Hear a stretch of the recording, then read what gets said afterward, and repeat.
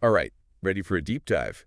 This time we're taking a look at Deuteronomy 5. Deuteronomy 5. Yeah, we're talking ancient texts, timeless wisdom, and all that. Yeah. Maybe even some stuff that applies to us now, even though it's like super old. Oh, for sure. This is basically Moses giving this big speech to the Israelites, Yeah. reminding them about that covenant with God and those like super famous 10 It Commandments. is kind of like, I don't know, a pep talk, but with incredibly high stakes. Yeah. What really got me, though, was how Moses starts off. Like, he's reminding them that this whole agreement with God, it's not just ancient history, it's like for them right now. Absolutely. Yeah, it's all about keeping that legacy going, taking this like ethical framework and making it work for their own generation. There's a lot of pressure, too. The text even talks about how scared the Israelites were, like terrified when they first, saw God at Mount Horeb, Oh, yeah. fire and thunder, the whole bit. It was intense. And they basically begged Moses to, to be the go-between. That part always gets me. It's so, it's so human. Like we all have those moments where we're just face to face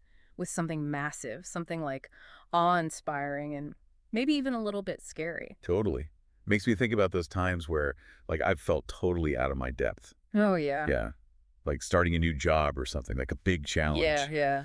Makes you want to find someone to help you figure it all out.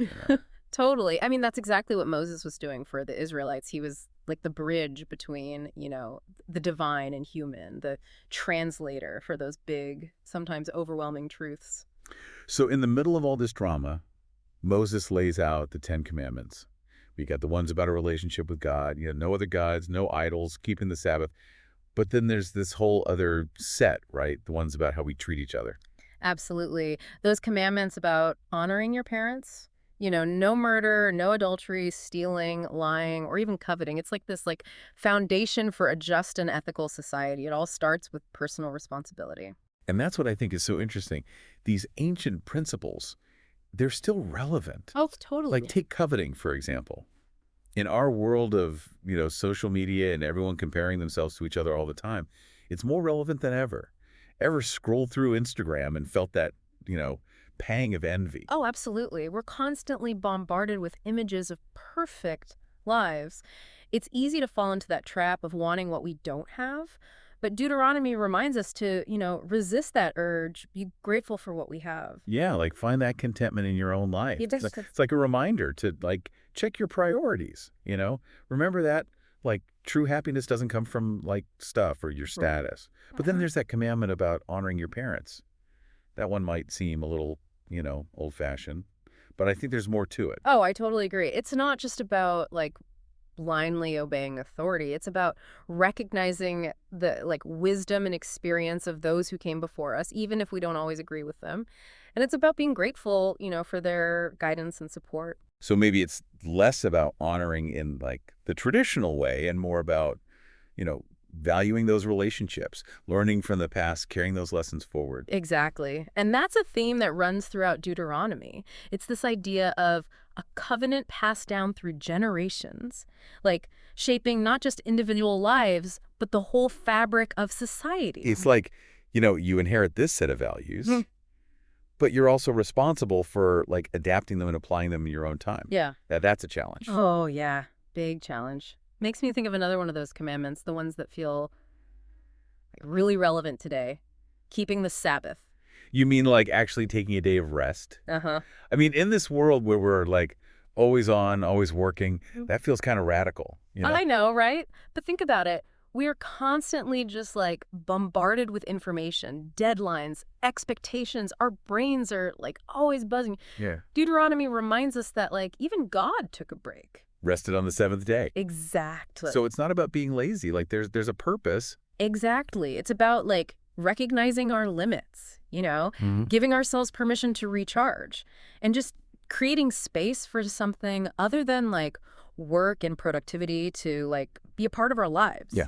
Like hitting the reset button for our minds and souls. Yeah.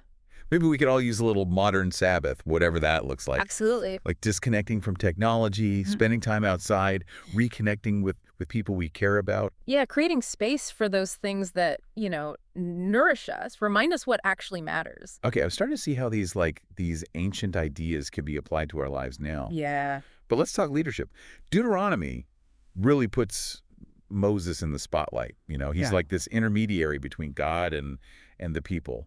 Makes you wonder, what kind of leaders do we need today? Oh, that's such a big question. I mean, we've all seen what happens when leaders don't have integrity, when they're, Yeah. only looking out for themselves. Yeah, like Deuteronomy kind of gives us this like blueprint for ethical leadership. Mhm. Moses was chosen because he was trustworthy, Yeah. right? Like he could bridge that gap between the divine and the human. Exactly. And think about like the qualities he has: courage, empathy, and he's willing to like stand up for what's right even when it's hard. We need that in our leaders today, now more than ever. Yeah, especially in a world that feels like so divided and uncertain. It's inspiring to think about those values. It is, and it reminds us that being a leader, it's not about like power, authority, it's about service. It's about using, whatever influence you have to create a better world for everyone. Okay, so we've talked about like ethical living, taking a break, and leadership. Mhm. But there's one more thing that stuck with me from Deuteronomy, this focus on, passing down values to the next generation. What do you think about that? It's fascinating, right? Like recognizing that we're not just like these separate individuals, we're part of this like larger story, this chain of generations all connected by the same values and a shared purpose. And that brings up a big question for all of us today. In a world that's changing so fast, what values are we supposed to, carry forward? What are we giving to our kids and grandkids? That is the challenge, to Yeah. like distill those timeless principles from Deuteronomy and figure out how to make them relevant, Mhm. for the challenges and opportunities of our time. Yeah.